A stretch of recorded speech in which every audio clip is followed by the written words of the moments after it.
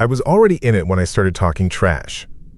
Warm suit, full pack, good line. Night over event field, and I said, easy money, and checked my numbers. PO2 steady. Scrubber green. Temp was all over like usual, but within my band. The hydrophone ticked low in my ear like rain. I told Mateo, I'll be back before your instant coffee turns to sludge, and he laughed in my helmet, all static. It was black, except where the vents shivered the water and the snow dropped. Ash fell slow, the little white bits that never hit bottom. The black smokers pumped, and the shimmer warped them like they bent. Old rig pieces were down there, the stuff we never dragged up. Bent booms, a cage with a corner melted soft, a half-camera pod. I ran a gloved hand along a handrail and it came away gritty and warm with silt and scale. The hydrophone popped a few bright clicks and I said, "Pistol shrimp," and wrote a tick on my slate. The clicks came again, a string, then nothing. I breathed and it sounded too loud. I pushed on. Every few steps the line touched my calf. I told Mateo, quit tugging, and he said, not me. The umbilical hummed slow. Twice it brushed my left leg again when my hands were busy checking a nozzle fixture. Pressure moved it. Fine. I told myself, fine. Flow's weird, I said. Surface current's basically nothing, he said. I let it go.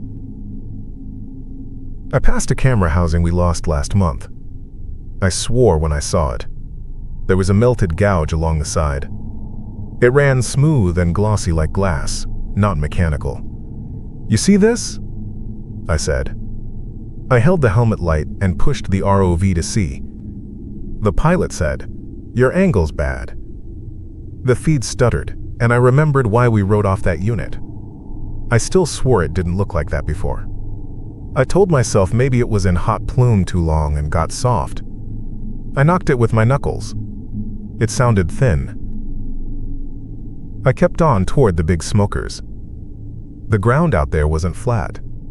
It lifted into clumps and stacks like someone had piled rock donuts on top of each other. I had been here. The stacks were wrong. One little tower was turned 90 degrees. Another had a slumped side like it was pushed. I crouched and felt it. Warm. The edges had scrapes on them, wide lines. Not our tool marks. Not smooth like cable. More like a rake. I put my hand down and saw flakes in the flow, little curved bits, off-white. I caught one in my glove. It was hard. It had ridges, like the inside of a shell. Smelled like nothing. I let it go and it lifted and spun away in the updraft. Shell fragments down here, I said. Crab molt, Mateo said. Everything molts. Not that big, I said. Then I shut up because it sounded dumb as soon as I said it. The line snagged right after. It went tight and yanked my hip. I turned and followed it back a meter. It had hung up under a lip on a twisted frame from an old winch. Easy. I popped it with a twist and loop and it came free. When I turned again, it snagged again. Same way, same lip. I cursed, did it again, tied a little standoff just to keep it off that metal. I had redone that splice bad at the surface. Rushed it. Mateo had said my knots looked like I learned from YouTube. Hold your hand steady, he'd said. Bite me, I said now, quiet. The line hummed like it was laughing. My backup light flickered when I took a step. The main beam hit the shimmer and smeared out. The backup went dead. I smacked it with my wrist. It came back, dimmed, came back again bright. Helmet light's got feelings, I said. You're hilarious, Mateo said.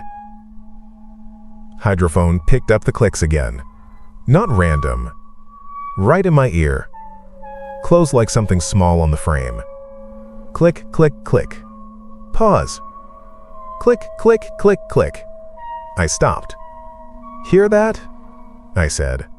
You're near the rigs. Metal pops when it cools. It's not popping, I said. I tapped my knife handle on the tank bracket. I did 3. I counted in my head. 1, 2, 3. The clicks came back in 3.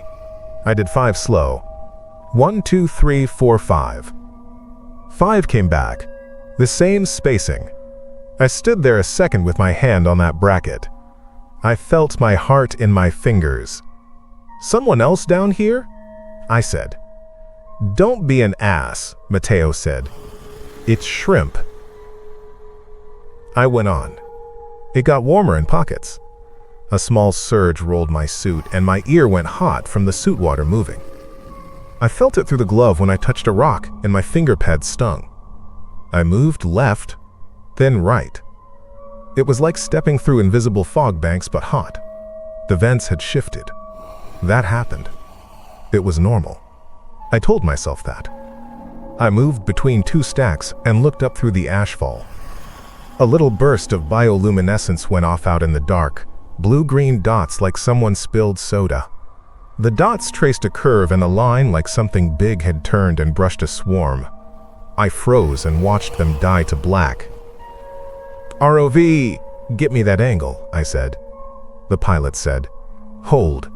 You're in my own swirl. Hold. The video jumped and smeared, and then there it was for a breath on the feed. Big. Too big. A silhouette like a crane arm. No. Like something with a joint in another joint. Thick. With plates. It drifted past the little ROV lights, and the feed went to snow and back. Big fish, the pilot said. He didn't sound like he believed it. Say again on the heat, Mateo said. I checked. The gauge had jumped and dropped, then jumped. I felt it at my face. Spiking, I said. I'm moving off the center. I took 2 slow steps and my heel found soft. The ground here went crusty when it cooled and soft when it was new. My boot sank an inch and I hauled it up and it felt like stepping in bread dough but hot. I backpedaled. The line pulled again. I didn't like that. I breathed and looked at my hands and looked at the rock and told myself to move, not think. I moved. The line dragged me a little to the right where the standoff sat. It was up off the winch piece now. Good. I went around a chimney and stopped because all the scrapes on the outside of it were fresh. New, lighter, straight through the black. One scrape had metal smear in it, like it scraped something that left a little aluminum in the scratch. I put my finger in it. The edge of the scrape was sharp enough to snag glove. Tracks, I said. What? Scrapes. Like someone dragged a crate, but wider. We didn't put anything there, Mateo said. Keep to the plan. There wasn't any plan beyond don't die and snap photos and don't drop the expensive stuff.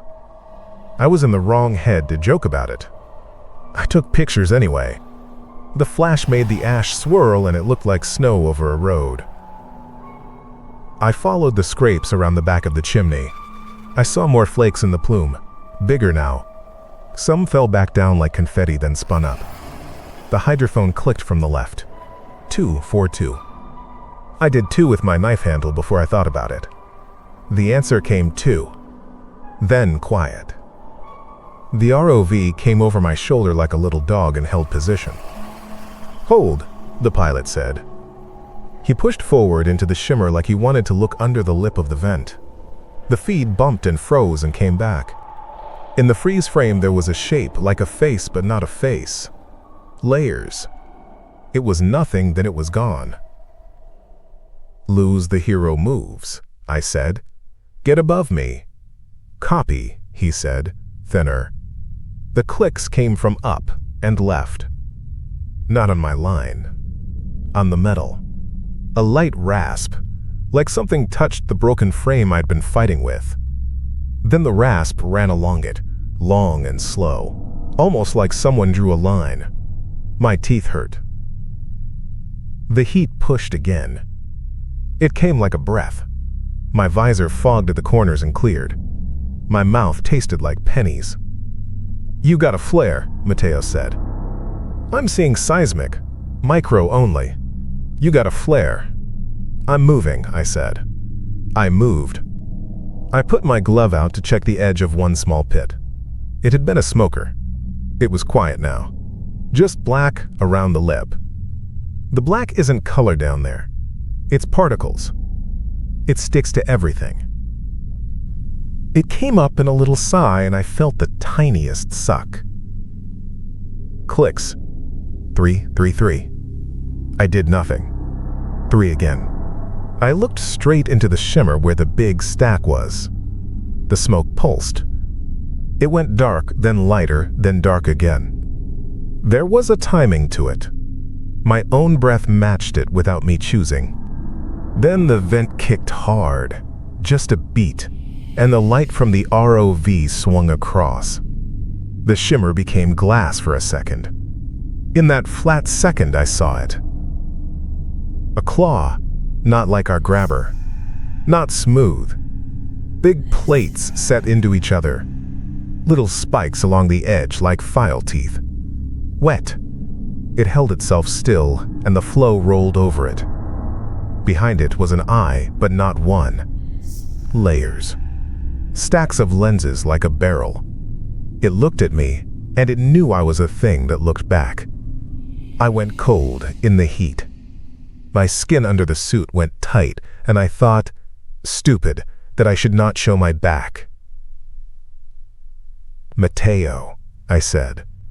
I didn't say anything else. He said my name, and I didn't answer. The pit at my hand groaned soft like a stomach. The crust broke. It made a sound like a paper bag popping. The ground under me dropped 2 inches, then settled. I swore. Then the vent blew. It went up with a deep thump, not a bang, the way big water moves. Everything kicked. My light turned into gray soup. The ash went dense. I felt the heat go through the suit and bite my shoulders. The line went hard behind me and pulled left, down, and that was the moment my head went small. Not oxygen, not panic, just small. The standoff I tied caught on something. The winch frame flipped and the tension ran through my hip and pulled me toward the collapsing edge. Training says you don't pull. You don't fight. You back it up. I backed, and it was like walking against a tractor. My boots slid. The ground tilted under me. A stack of rocks fell into the hole and hissed. The ROV popped like a toy and its light went out. I heard the pilot swear and lose it. Something big came out of the shimmer. It did not rush. The world was already rushing. It came in like a door closes. The claw hit my left shoulder and the world went bright white there. Not pain, just bright, and I was off my feet. I went sideways into the frame and the line slackened an inch, then yanked again harder. The claw slid. I felt the plates through my suit. It wasn't friction. It was pressure. It pushed, no grab. My chest hit a rock and a bubble of suit water ran up my back under my liner and it was scalding for a second. I yelled without words. The claw repositioned. The other limb came in. Not a claw, but something long with edges, and it touched my umbilical. I said don't, like it was a person. Stupid. It tapped the line once. The tap ran through the jacket into my hip. The thing found my splice. It ran the edge there like a carpenter tests wood grain. One clean motion. The line parted with a sound like a bowstring. The pull vanished so fast I fell forward. My hands hit basalt and my suit took most of it, but I felt skin in my knuckles tear a little. The collapse took the winch frame and my standoff and half a rock stack into the black pit. It hissed and boiled and the sound was a train in my teeth. I crabbed back from the lip on hands and knees. The metaphor made me want to laugh and I didn't. I got my boots under me. I turned to see the line end flipping, dead snake in the flow. The ROV was gone. The big shape was there, still, just outside the worst of the shimmer. The plates of it were dark, but where the light hit, there were lines like scars, like it had come through hotter places than here and lived. It opened and closed that big claw once slow, not at me. Steam washed over it and rolled off. It could have crushed me like nothing. It didn't. It held there, and the layered eyes turned with the same slow move. Not human, not anything I knew. Just attention. Behind me, the pit settled. The ground stopped moving. My head got large again. My breath sounded like a drum in a bathroom. I stood up, because I had to do something like a person, and I said, "I'm free," and I realized my calm was dead silence. My ears had only the hydrophone and my own air. I looked at the cable end again. I couldn't stop looking. It was cut clean, right at my ugly splice. It hadn't just bitten through the jacketing. It cut the fiber and the airline and left the wire ends neat, not ragged. I started to move away slow. The thing moved after one beat. Not toward me. It backed into the stitch of the flow like it had always been part of it. It had been sitting in the low pressure behind the vent stack. It knew where the pressure was nicer. It knew all this better than me. I think about that. It moved like a veteran moves in a crowd. I took 5 steps and turned my head because something was bright off to the side. The bioluminescence went again, a ripple. It rolled along a long body. Not body. It wasn't one piece. It was articulated, like freight cars on a line. I saw 3, 4, more behind. I had thought I was seeing one thing. There were more. Or it was one thing with more parts than I could see. My throat did this small swallow and I knew the noise carried on the hydrophone. The clicks came again. Slow. 4. Then 1. I couldn't count it out loud. My mouth was a bad idea. I tapped my knife once against the bracket. 1. The answer came back. 1. Not in front. Behind my head. Heat moved against the back of my helmet like a hand hover. Not touching. Close. The sound was a clear single click with a little high scrape at the end, right on my shell. It was so close I felt it in my skull. It was not a random wave noise. It was a made sound. It was a note. I did not turn. I don't know why. Some part of me knew that turning to look would make me nothing. I took another step. Then another. The thing behind let me have my space. It could have closed me. It didn't. I walked out of the field by memory, by the feeling of the colder pockets. My backup light held. My main looked worse and worse. The hydrophone kept bleeding little ticks as I crossed the old wreck lines. The old camera housing lay there with the melted gouge. I touched it as I passed because I wanted to touch something that stayed. My glove came away a little sticky, and I don't know with what. When the ash thinned enough, I looked back and saw only normal black.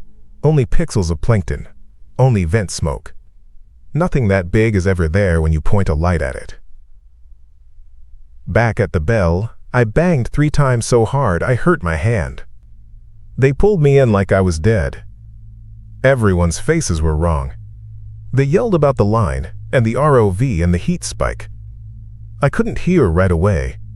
My ears had that buzz. I sat and sucked down cold air and took off one glove and saw a little blistered circle on the back of it, like something hot had been near it but not touching.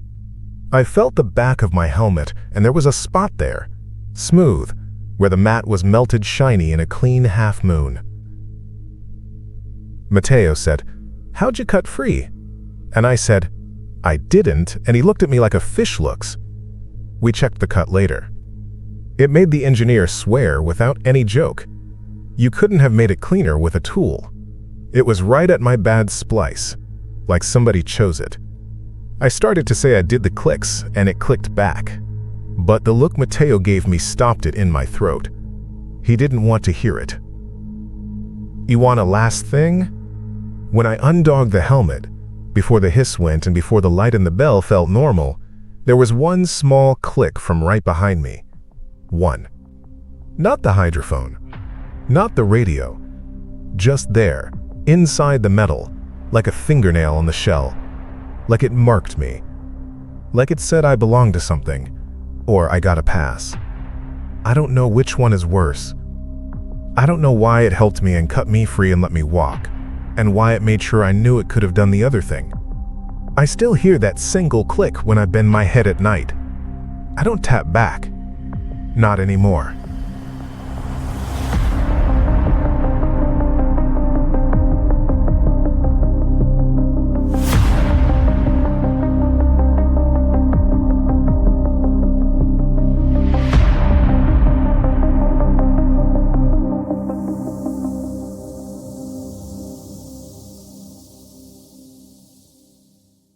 Every story has a price. For this one, it's simple. A like and a subscribe. That's how we keep the ritual going. Miss a step, and the next upload might not find you. See you in the next one.